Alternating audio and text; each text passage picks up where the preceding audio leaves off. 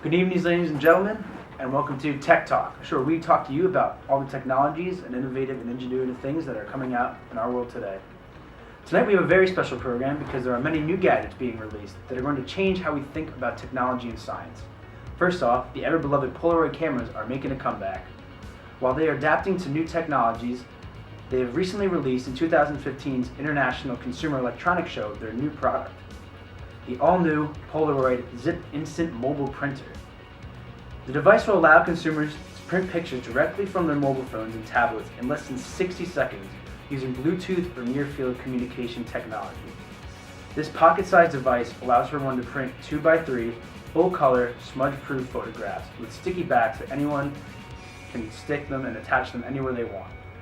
What also makes this device even more special is that it uses zinc magic technology.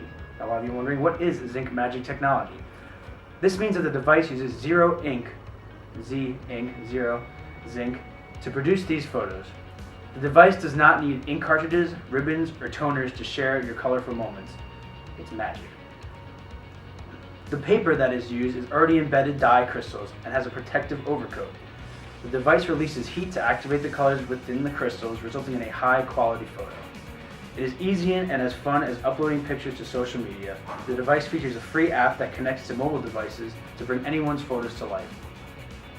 The device features also in the app that accompanies the device and allows users to enhance and edit the photos to perfection, add stickers, drawings, and anything else that the user may want. The Polaroid Zip Printer Mobile will be available this spring at a retail value of $129.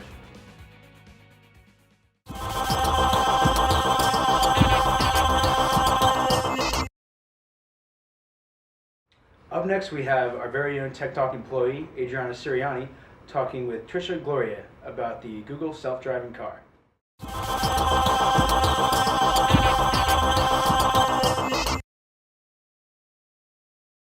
Good evening, Trisha. Thank you so much for coming tonight. Thank you for having me. So, what made you come up with the idea of a self-driving car? My team and I came up with the idea of the self-driving car due to the devastating amount of car accidents each year, which result in so many deaths. To put these numbers into perspective, car crashes are the leading cause of death from people ages 4 to 34, for cancer and many other leading causes of death. And how long did this project take you guys? The project took us about a year and a half. Oh, wow. And what is the software powering the self-driving car? The software powering our car is called Google Chauffeur. And where have these vehicles been legalized? Where can they be seen? The vehicles have been legalized in Washington, D.C., Nevada, Florida, California, and in Michigan so far.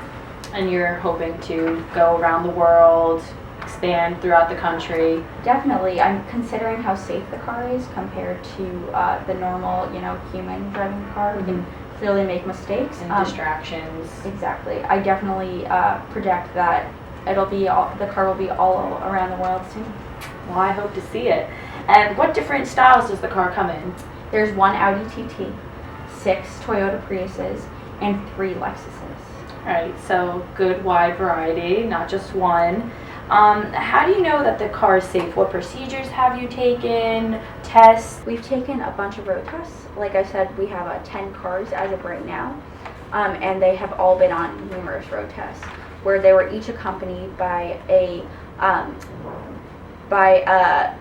driver with a completely clear driving record in the passenger seat, alongside a Google engineer in the driver's seat. The car has traveled multiple terrains, including over the Golden Gate Bridge, through this busy San Francisco city streets, and around Lake Tahoe. The system drives at the speed limit, and it's stored that it has stored on its maps, and it maintains its distance from other vehicles using a system of sensors. The system provides an override that allows a human driver to take physical control of the car by stepping on the brake or turning a wheel, similar to the cruise control system that most of our cars have today. So people know how to maneuver it. It's not something foreign to them. It's going to be just a regular car, and if anything need be, they can step in. Exactly. And what limitations does the car have, which you might need to figure out in the next coming years to, improve it? The latest protocol, taken in 2014, can't handle heavy rain or snow-covered roads. It also can go at sluggish speeds when crossing an unmarked four-way stop. There are also other limitations on discerning objects, such as trash or debris, that can unnecessarily veer the vehicle. Additionally, the LiDAR technology cannot spot potholes or humans, such as a police officer signaling the car to stop. The vehicles are unable to recognize temporary traffic signals, and they're unable to navigate through parking lots. Google projects having these issues fixed by 2020. Alright, so you still have a lot of time, but any piece of technology to perfect it takes time and get out the kinks and everything. Exactly. And how does this work? How does the car maneuver itself? How can we trust it? Although it sounds crazy that it's a self-driving car, the technology makes sense. There's a rangefinder mounted at the top of the car, which is called the Veldine 64 beam laser. This laser allows the vehicle to generate a detailed 3D map of its environment. The car then takes these generated maps and combines it with the high-resolution maps of the world, producing different types of data models that allow the car to physically drive itself. And you keep mentioning your team that you worked on this with, but who is the mastermind of it all? Who came up with the idea and really put forth the project? The mastermind behind the project is a Google engineer named Sebastian Thurn, who is the former director of the Stanford Artificial Intelligence Laboratory. And he was also the co-founder of Google Street View. Oh, and when will these cars be available to us to purchase, to see around, and such? It should be on the market by sometime in 2017. I expect to have a specific date for you. But only in specific locations for now. Yes. All right. Well, thank you so much for your time, Thank Tricia. you for having me.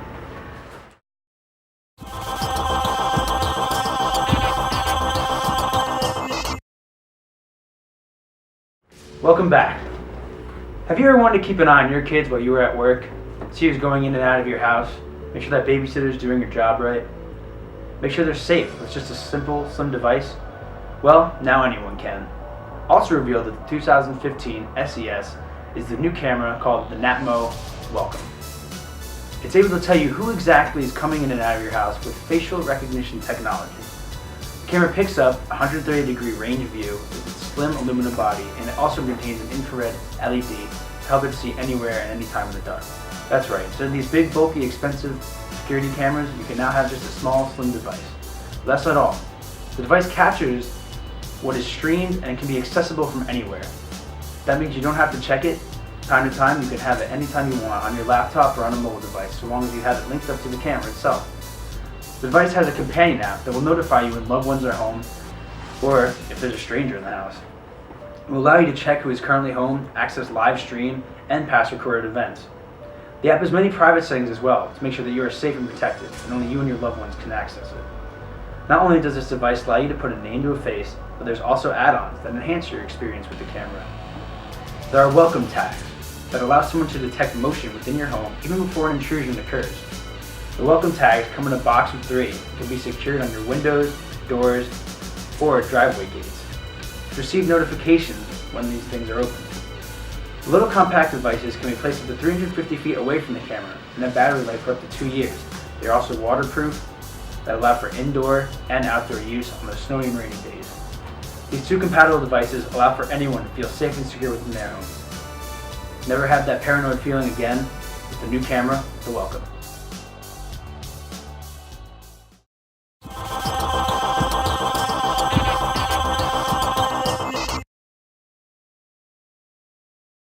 Well, Apple has done it again. On Monday, March 19, 2015, in San Francisco, Apple held a convention discussing their new products that will be released later this year. More specifically, the newest, most anticipated product is the Apple Watch, which I'm sure we've all heard about. The Apple Watch is essentially a mini computer strapped right on your wrist. If you want to make calls, read emails, listen to music, Instagram pictures, go on Facebook, the device can do that and much more. The device comes in 3 different editions: the Apple Watch, the Apple Watch Sport, and Apple Watch Edition. Each all have amazing features that offer what is geared for each person's different purpose and is made out of different materials. The device starts off at $350, which seems like a lot, but it can go to be as expensive as $17,000. The highly anticipated product goes on sale April 24th, 2015, and will only be sold in select retail stores through the Apple's website. The Apple Watch, as a company says, it's their most personable device yet. The device caters to each and everyone's needs, such as if someone wants to look professional in the office, withstand rigorous activities like training for a marathon, or just watch with complex abilities for everyday activities. There are also a wide selection of bands and colors for every person's style that can be interchanged with every watch. The watch has a battery life of 18 hours and comes with an easy magnetic charger that you can attach to the watch anywhere on the go. And, just like every other Apple product there's a free Apple Watch app that's available for download. This device can also allow one to check in a hotel and unlock the door. You can access boarding passes for planes and request an Uber when you need one. It even gives you activity reminders throughout the day, such as when you've been sitting down too long. I know I could use that one. Acting as a sponsor for the Apple Watch, and has already experienced its capabilities, is famous model Christy Turlington. She has teamed up with Apple advocating for an organization she founded, Every Woman Counts, which is dedicated to making pregnancy and childbirth safe for every mother around the world. She has trained and already ran the Mount Kilimanjaro half marathon with the Apple Watch running for Every Woman Counts, and will continue to train with the Apple Watch for the upcoming London Marathon. She has said about the Apple Watch, "In short time I've been using it, I can already see how this is going to be an important part of my life." And I'm sure many more will agree with her. Up next, I talk with our very own Patrick Gill about the Apple Watch. Thank you.